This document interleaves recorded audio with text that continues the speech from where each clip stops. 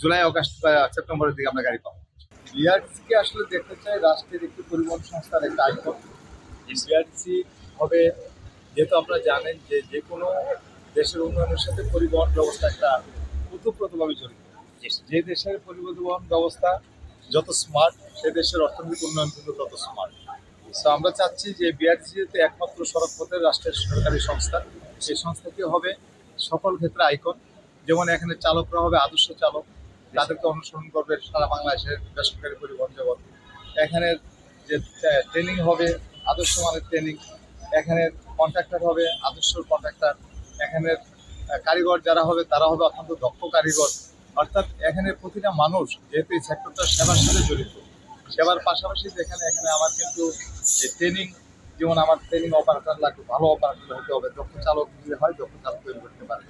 Integrated আমাদের যে workshop যেটা, প্লাস আমাদের যে এই এখানে যে সিডাব্লিউএস আপনি দেখতে পাচ্ছেন যে এখানে অনেক কাজ হচ্ছে এখানে, এইগুলাকে আরও টেকসই করতে হবে। অর্থাৎ প্রতিটাকে ওয়ার্কেবল রাখতে হবে। ওয়ার্কেবল রেখে এটা যেমন একটা কর্পোরেশন, এটাকে ইনকামও করতে হবে, পাশাপাশি সেবা বৃদ্ধি করতে হবে। যেই সেবা দেখে প্রতিটা পরিবহন সেক্টরের বেসরকারি পরিবহনের তারা উদ্যোক্ত হবে। এখানের ট্রেনিংয়ের মানটা হবে ওই আদর্শ মানের ট্রেনিং। এখানের যে ওয়ার্কশপের মান হবে যে কোনো ওয়ার্কশপ না বানাচ্ছে স্ট্যান্ডার্ড।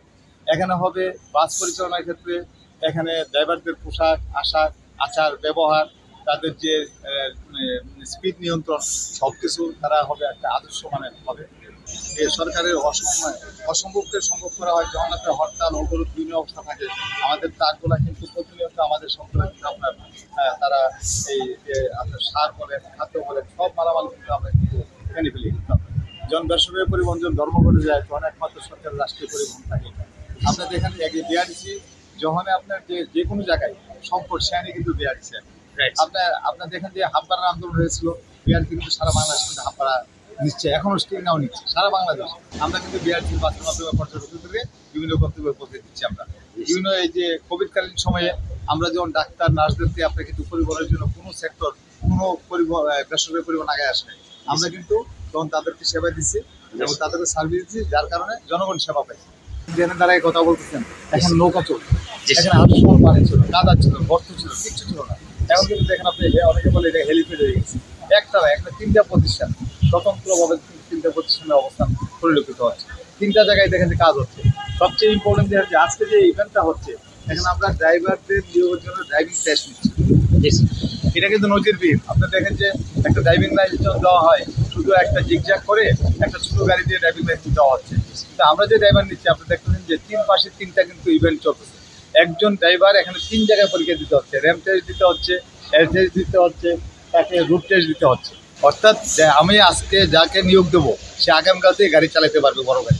আমরা ওই মানের ট্রেনিং দিচ্ছি। কিন্তু দুঃখজনক হলেও সত্য, যখন আমি যোগদান করছি দেখা যাচ্ছে ড্রাইভারের নিয়োগ 10 বছর আগে, কিন্তু আমি যোগদান করে দিয়েছি সে গাড়ি চালাতে পারবে। আমি যোগদান করে দেখেছি যে কারিগর 5 বছর 7 বছর আগে নিয়োগ দেওয়া, সেই কারিগর তার থেকে কোনো ড্রেন ফ্যান এসির কোনো কাজই করতে পারে না। অর্থাৎ প্রপার ম্যানকে নিয়োগ না দেওয়াতেই বিআরটি কিন্তু বসে যাচ্ছে। এখন আমি আসার পরে ইতিমধ্যে 1000 লোক নিয়োগ দিচ্ছি, আমরা 250 ড্রাইভার নিয়োগ দেবো, সামনে কন্ট্রাক্টর নিয়োগ দেবো। আবার দেখেন যে এখন আগে 6 কোটি টাকা বেতন হয় নাই, এখন কিন্তু আপনার 11 কোটি টাকা পুরাতন গাড়ি দিয়ে বেতন দেওয়া যাচ্ছে। কিন্তু অত্যাধুনিক গাড়ির যুগ হবে।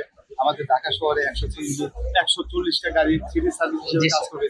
এই প্রথমবারের মতো এসি গাড়ি নামবে ঢাকা শহরে। নামলে দেখুন যে জ্যামজট কমে যাবে। আমাদের কোরিয়ান সাইড থেকে তারা যে কনফারেন্স নিয়োগ আমরা প্রতিনিয়ত কাজ করে যাচ্ছি, আমরা ডে ওয়ান কাজ করি, কিন্তু সেখানে একটু দেরি হচ্ছে। আমরা আশা করতেছি যে হয়তো আমরা জুলাই আগস্ট বা সেপ্টেম্বরের দিকে আমরা গাড়ি পাবো।